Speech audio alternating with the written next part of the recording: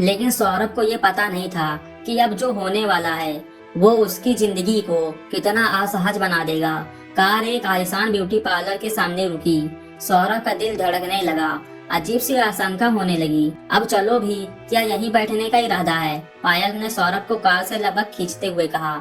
सौरभ और पायल दोनों अंदर पहुंचे।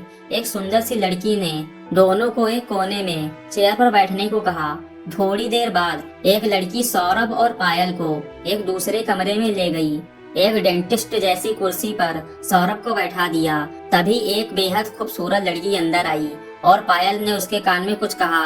वो मुस्कुराई, फिर पायल बाहर चली गई।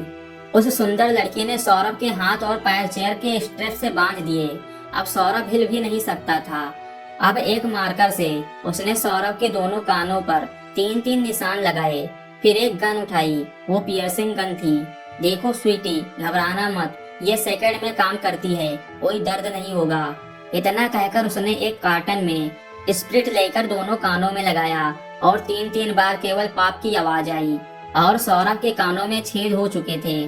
3-3 रिंग्स सौरभ के दोनों कानों में डली हुई थी। अब उसने सौरभ की लेफ्ट साइड की नाक पर मार्क लगाया और अब उसकी नाक में भी नोच रिंग पहना दी। नाक कान के बाद अब सौरभ का मेकअप शुरू हुआ।